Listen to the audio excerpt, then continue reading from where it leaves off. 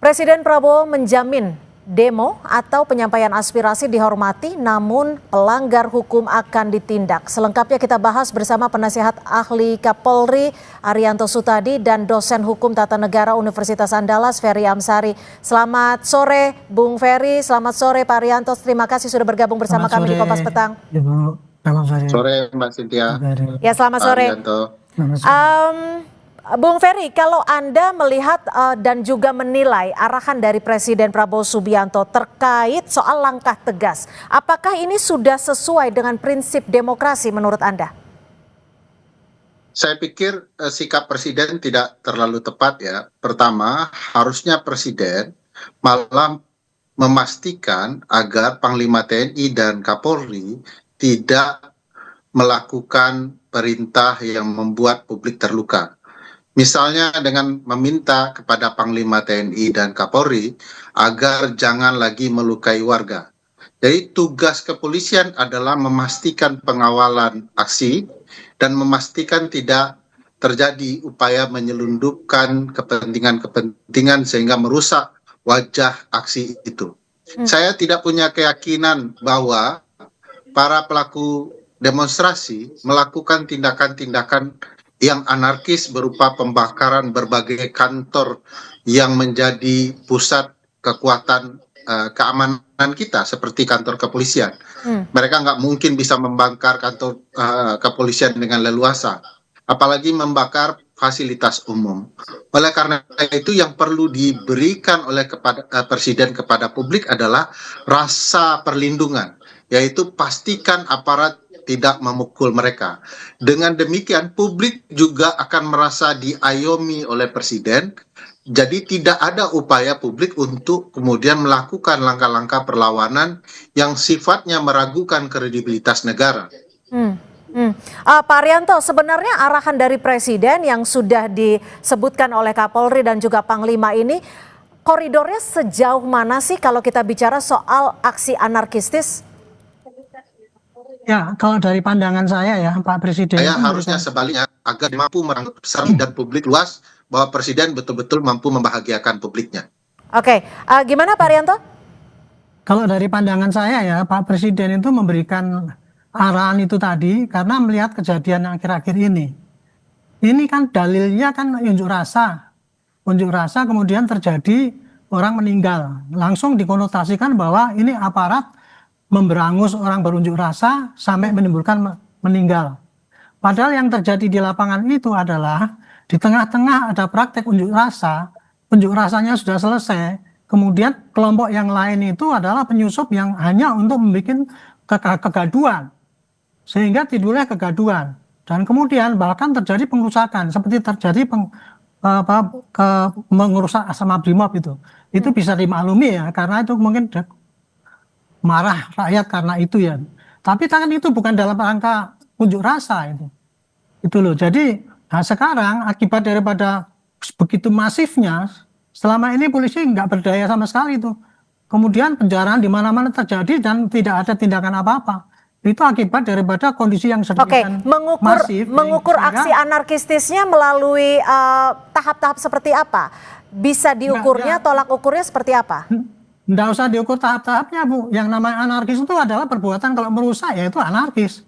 Tetapi kalau cuma ngomong-ngomong di depan itu orasi itu namanya unjuk rasa. Ini kan yang terjadi sekarang kan yang terjadi di lapangan itu adalah kerusuhan-kerusuhan ataupun bukan unjuk rasa ya. Penyerangan-penyerangan akibat kemarahan masyarakat itu tadi. Yang itu disusupi oleh orang lain pasti. Nah itulah yang harus ditindak juga. Jadi menurut saya sih arah Pak Presiden itu tadi untuk mengingatkan ya kepada para yang menyampaikan unjuk rasa itu, marilah kita bicara damai, tetapi kepada perusuh itu harus ditindak. Tapi mohon maaf saya potong Pak Arianto. Kalau kita lihat dari aksi unjuk rasa ini kan bukan hanya berlangsung Sabtu ataupun Jumat kemarin, tapi berlangsung sejak hari Senin 25 Agustus 2025 di mana massa aksi tidak bisa menyampaikan suaranya di depan bahkan di depan gedung. Saya itu, Bu. Saya tidak percaya dengan massa tidak bisa menyampaikan aksi ya, Bu. Karena ya protap daripada polisi kalau menghadapi ini unjuk rasa itu memang macam-macam, Bu. Tugas polisi di situ bertumpuk-tumpuk. Ya, satu, kepada yang mengajukan orasi, dia harus melindungi, memberikan kesempatan. Kepada penonton, dia harus mengunduhi pengamanan. Tetapi kepada perusuh, polisi harus bisa mencegah, jangan sampai orang itu memprovokasi. Kepada orang-orang yang udah anarkis, polisi harus bertindak, menangkap dan memproses itu. Itu yang terjadi itu. Jadi kalau selama ini tidak bisa dikatakan bahwa itu proses unjuk rasa, kita tidak bisa menyampaikan orasi karena represif. Itu saya tidak percaya lagi, karena saya melihat kenyataan yang di lapangan yang terjadi sekarang ini adalah kerusuhan gitu. Unjuk rasanya ya, contoh saja yang waktu buruh kemarin tuh, unjuk rasa buruh selesai itu sampai jam 1. Tapi kemudian yang datang berikut-berikutnya sampai sore itu kan perusuh jadinya yang terjadi, bukan pengunjuk rasa. Baik. Ini yang makanya ini narasi ini harusnya jangan dipublikasikan sehingga tidak mendidik rakyat gitu. Saya gitu Bu, terima kasih. Anda sepakat Bung Ferry atas pernyataan Pak Arianto? Cukup jelas pernyataan Pak Arianto ya, bahwa pelaku kerusuhan bukanlah massa aksi, tetapi orang di luar massa aksi. Pertanyaan besarnya, siapa mereka pelaku kerusuhan? Kenapa kemudian diidentikan dengan massa aksi?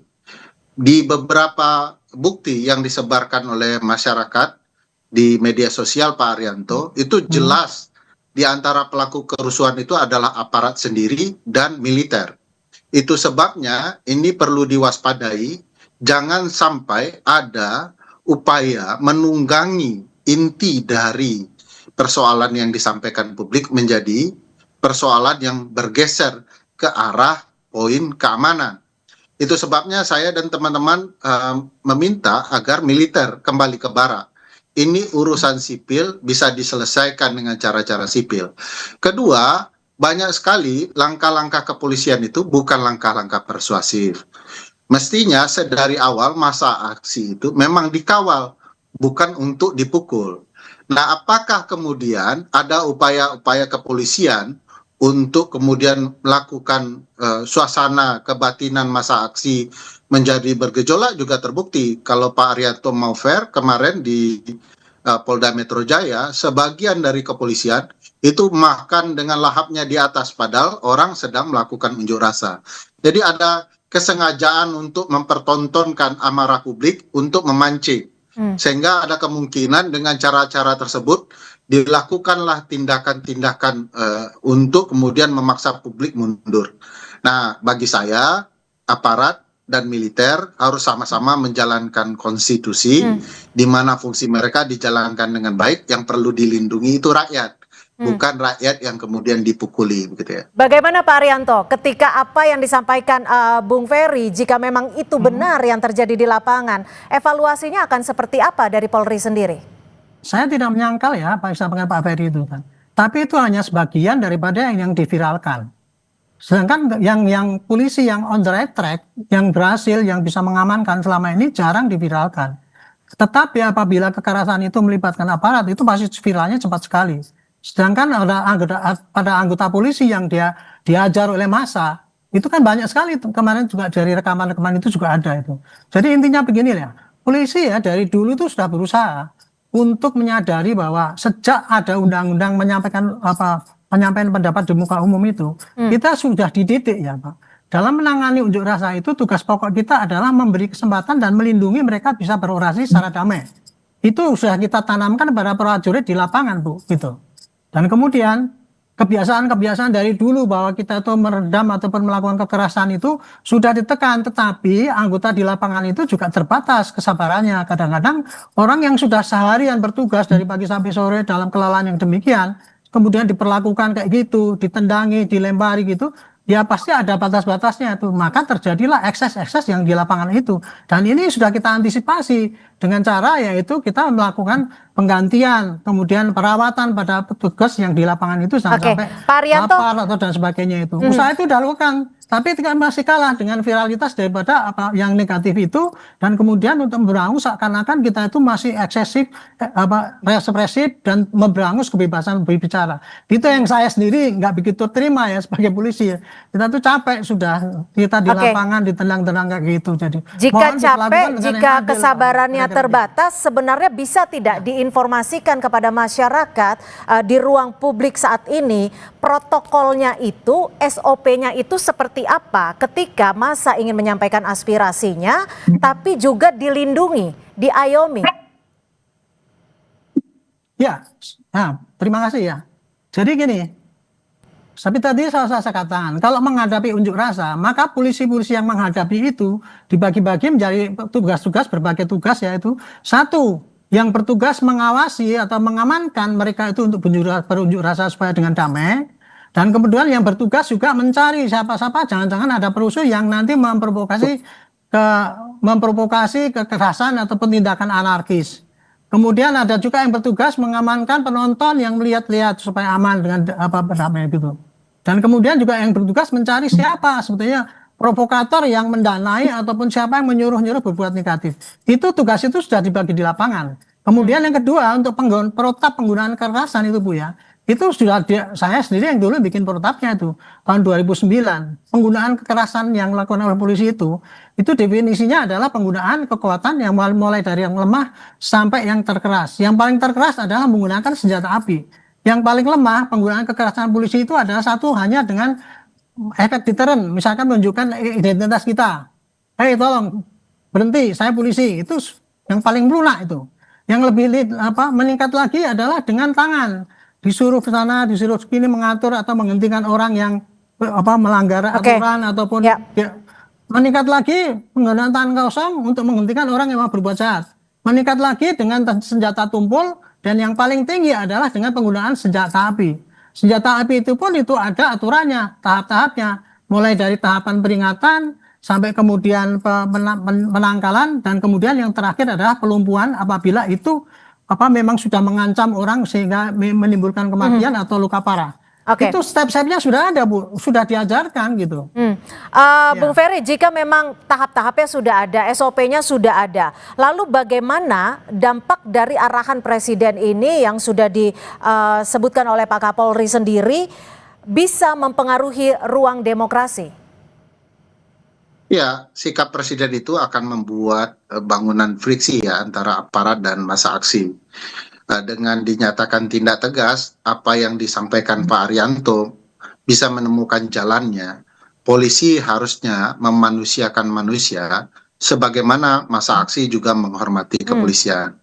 Kita tidak boleh mengabaikan Pak Arianto bahwa sebagian dari konflik massa aksi dimulai oleh aparat yang menyamar. Pak Arianto tahulah pola-pola seperti ini. Saya dari dulu adalah bagian dari massa aksi publik. Saya tahu siapa yang melempar itu bukanlah dari masyarakat sipil. Fakta-fakta video yang tersebar di masyarakat memperlihatkan itu. Nah, kalau massa aksi terpancing emosinya, polisi jangan memukul. Kita ikut memviralkan ke Pak Arianto, ada polisi yang sangat baik ya menyampaikan respon bahwa kami ini juga rakyat, kami juga peduli dengan Anda. Itu kita sebarkan. Ya, sama-sama Itulah cara polisi. Ya, itulah cara polisi profesional bekerja. Tapi kebanyakan kan tidak begitu. Kebanyakan malah terlibat dalam upaya-upaya yang menurut saya disengaja untuk membenarkan tindakan represifnya. Nah, ini yang kemudian harus disikapi. Dengan adanya pernyataan Presiden, malah itu akan membuka. Harus diingat, polisi itu adalah sipil yang dipersenjatai. Sekali lagi, sipil.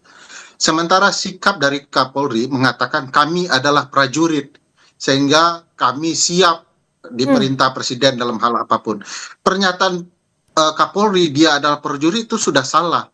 Dia adalah sipil ya yang dipersenjatai. Sipil sesama sipil. Tugas polisi mengayomi, melindungi, ya itu perintah konstitusionalnya. Tidak ada tugas polisi itu melindas.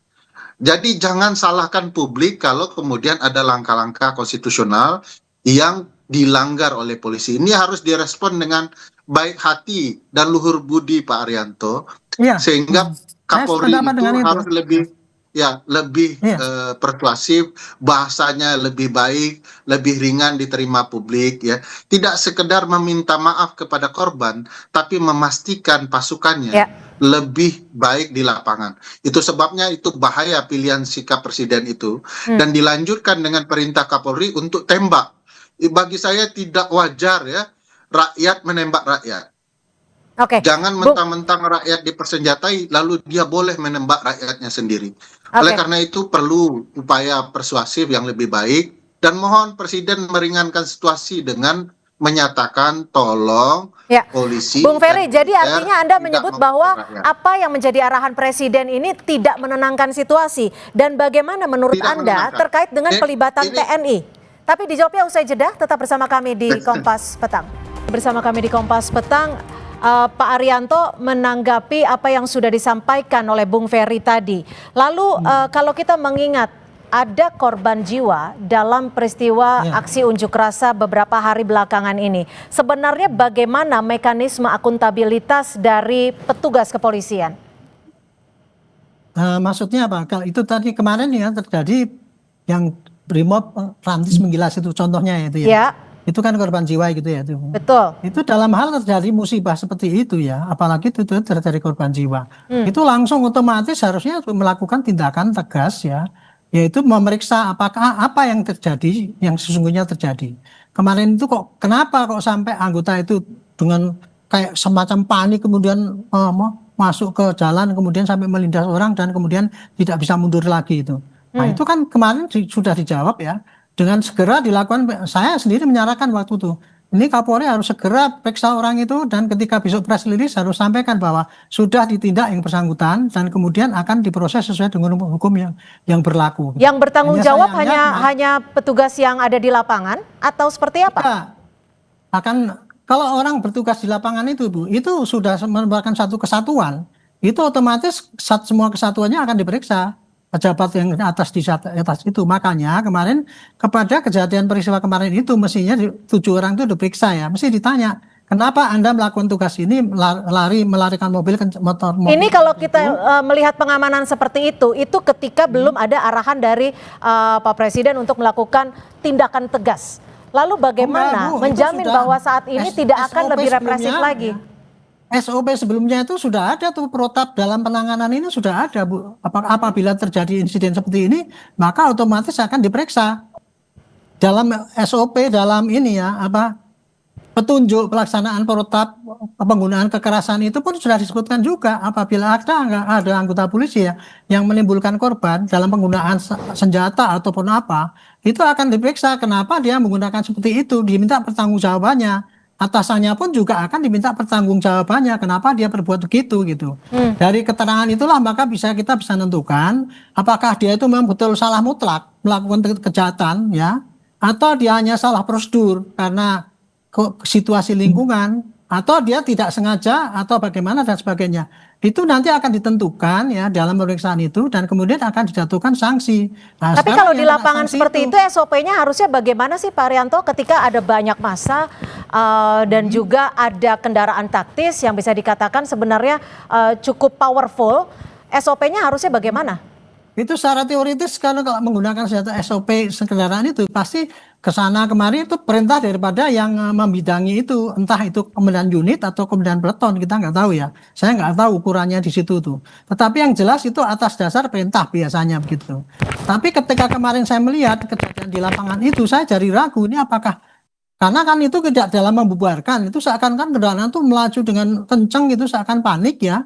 Katanya sih kemarin itu katanya dia dikejar masa kemudian mau dilempar bom molotov sehingga itu kencang sehingga akhirnya ketika nabrak juga nggak berani mundur karena di belakangnya sudah ada orang lagi, itu akhirnya terus itu tadi itu yang diperiksa dan kemudian langsung ditentukan bahwa dia itu jelas melanggar SOP, tetapi saya sendiri tidak tahu persis apa pasal apa yang dikenakan untuk itu pasalnya pasti ada.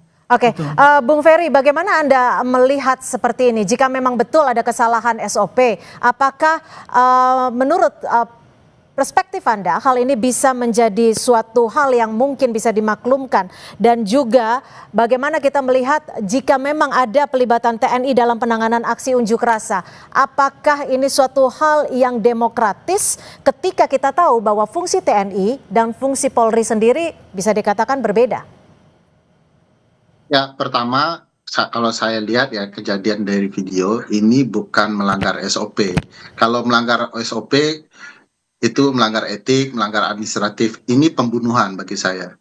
Itu terlihat ada kesengajaan. Kalau alasannya kendaraan itu diancam, harus diingat ini kendaraan semi tank baja ini. Tidak mudah dipukul, tidak mudah dibom molotov. Jadi bagi saya polisi mulai pula belajar untuk menjelaskan ke publik alasan-alasan. Jadi jangan semangat korupsnya. Harus diingat Pak Arianto dan teman-teman kepolisian, pasal 30 itu kan jelas menyebutkan bahwa fungsi kepolisian itu adalah melindungi, mengayomi, melayani.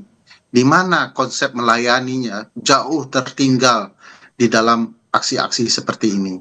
Oleh karena itu, ketika kekacauan muncul, timbullah upaya pihak lain yang bernama militer untuk masuk. Bagi saya, mari polisi dan publik berangkulan memastikan motif kerusakan ini dilakukan oleh oknum-oknum, dan pastikan juga pimpinan-pimpinan yang memerintahkannya diberikan sanksi. Saya menyarankan kemarin bahwa seluruh pangkat jenderal yang ada diturunkan satu tingkat untuk memastikan pemeriksaan lebih adem, ya, lebih pasti, agar kemudian ini bisa menyejukkan publik sesegera mungkin. Jadi ada faktor penghukumannya. Kedua, militer pasti dilarang masuk, ya. Militer itu jangan reaktif kalau urusan di dalam negeri. Reaktiflah di urusan pertahanan, di lingkungan pertahanan kita, di perbatasan kita. Jangan kemudian memanfaatkan situasi, mengambil alih dan segala macamnya. Banyak kemudian sikap-sikap sudah ditunjukkan oleh publik secara konstitusional itu salah dilakukan oleh militer. Kemarin mahasiswa sudah meminta militer untuk kembali ke barak, untuk mengurus kesejahteraan prajurit, dan serius dalam hal itu. Jadi jangan kemudian pimpinan militer memanfaatkan situasi dan keadaan untuk mengambil alih peran kepolisian. Jadi menurut Anda batasnya di TNI ini seperti apa, Bung Ferry? Karena kan tadi arahan dan juga instruksi Pak Presiden ke pengamanan dilakukan TNI dan Polri bersinergi. Ya, oleh karena itu saya meminta Pak Presiden belajar ya soal hukum tata negara dengan baik. Jangan kemudian menerapkan sikap militeristik beliau dalam konteks seperti ini. Dengan kemudian memerintahkan Panglima, dia kan harusnya bilang begini. Satu, tidak boleh kemudian kepolisian memukul warga. Amankan dan pastikan persuasifnya muncul. Pastikan cara melayani muncul. Presiden kemudian memerintahkan kepada militer untuk mundur, ya. Tidak boleh militer ikut campur urusan ini. Saya tidak bisa melihat bahwa ada ruang bagi presiden untuk memastikan militer kembali ke barak. Padahal presiden sipil yang baik harusnya memerintahkan militer kembali ke barak dan kemudian memastikan kepolisian melakukan pengamanan. Saya bilang omong kosong, publik bisa membangkar kantor kepolisian kalau tidak ada peran aparat, baik aparat yang berbaju coklat maupun berbaju hijau.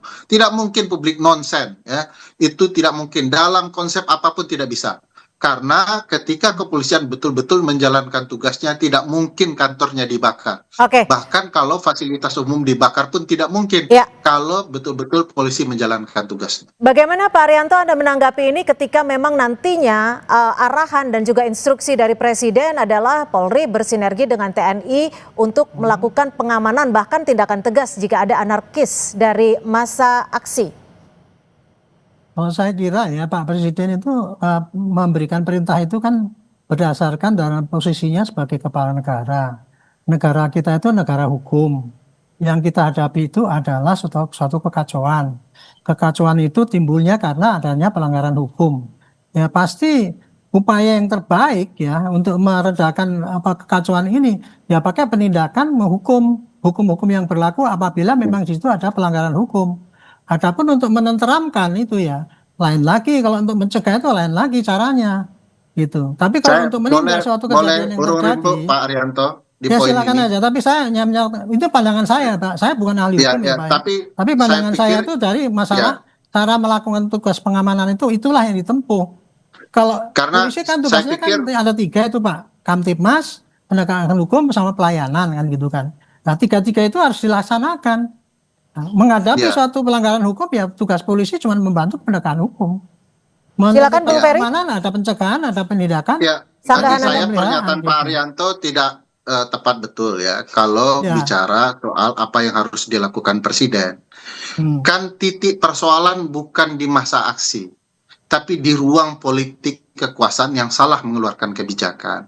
Nah, kalau Harus itu saya Pak nggak tahu, Arianto lihat, saya bukan orang ya politik, tunggu, Pak. makanya Ya, makanya saya nggak ngerti lah. solusinya Makanya harusnya saya hanya dari presiden pandangan bukan saya sendiri aja. Gitu. ya Ya. solusinya bagi presiden bukan memerintahkan menindak tegas kepada masa aksi, tapi kemudian menindak pelaku-pelaku politik yang menimbulkan kegerahan atau kemarahan masa aksi. Nah, ini yang belum terlihat dari presiden. Jadi duduk persoalannya tidak diselesaikan oleh presiden. Presidenlah yang harus menyatakan untuk sementara agar ketua-ketua umum partai memerintahkan anggotanya berhenti gitu ya, dan kemudian memberikan sanksi di partai politik. Presiden juga bisa memerintahkan kepada parlemen menunda kenaikan gaji mereka. Itu substansi persoalannya, bukan menindak tegas gitu ya. Kalau menindak tegas, saya jamin Pak Arianto, publik yang terluka itu akan semakin reaktif. Jadi carikan solusi yang paling tepat, yaitu ke pokok persoalannya.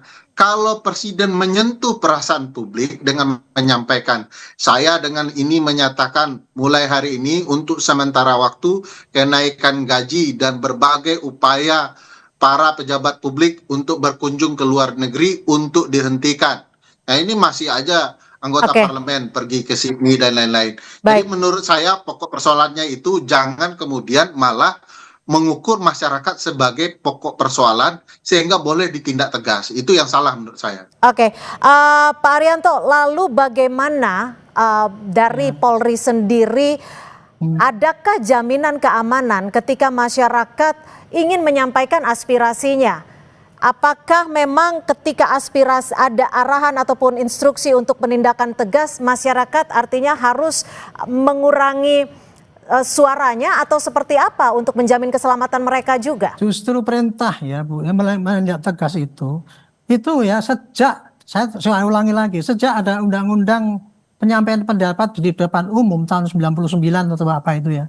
Tugas polisi ya, kalau menghadapi itu tugasnya jelas, satu melindungi orang yang mau menyampaikan pendapat itu supaya bisa berbuat dengan bebas sesuai dengan hak dia gitu.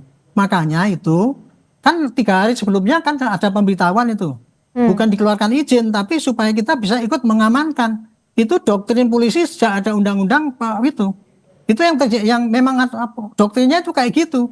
Adapun pelaksanaannya di lapangan, kadang-kadang polisi itu kadang-kadang masih melakukan tindakan pelanggaran dengan mukul dan sebagainya. Itulah risiko daripada polisi, anggotanya banyak ya, dan kemudian kan tidak mudah untuk bisa menciptakan orang yang betul-betul disiplin seperti itu. Gitu. Jadi dengan adanya perintah ini tadi, kita tegas ya, perintahnya pasti gini, mengamankan unjuk rasa itu satu, yang menyampaikan unjuk rasa harus itu dijamin keamanannya. Dan yang kedua, para perusuh yang menimbulkan kerusuhan, yang memanfaatkan itu harus bisa ditangkap. Kira-kira gitu Bu. Artinya itu kembali lagi ke tugas Polri sendiri, bagaimana mengamankan bahwa aksi unjuk rasa, aksi aspirasi masyarakat bisa murni. Jika ada penyusup, tugas polisi ya? Dengan murni, aman gitu. Oke. Melindungi masyarakat, melindungi pembicara, tapi juga mencegah si perusuh itu supaya bisa ditangkap. Sehingga itulah tanggung jawab polisi untuk mengamankan semua orang kan gitu. Oke. Artinya kami pertegas lagi, penyusup yang ada di lingkaran aksi aspirasi masyarakat, tugas dari Polri sendiri untuk mengamankan penyusup tersebut. Betul, untuk mengamankan dan menindak pelanggarannya itu. Oke, baik. Terima kasih Pak Arianto Sutadi, penasihat ahli Kapolri, Bung Ferry Amsari, terima kasih dari dosen hukum tata negara dan juga peneliti dari Posdam Universitas Andalas. Terima kasih, selamat sore.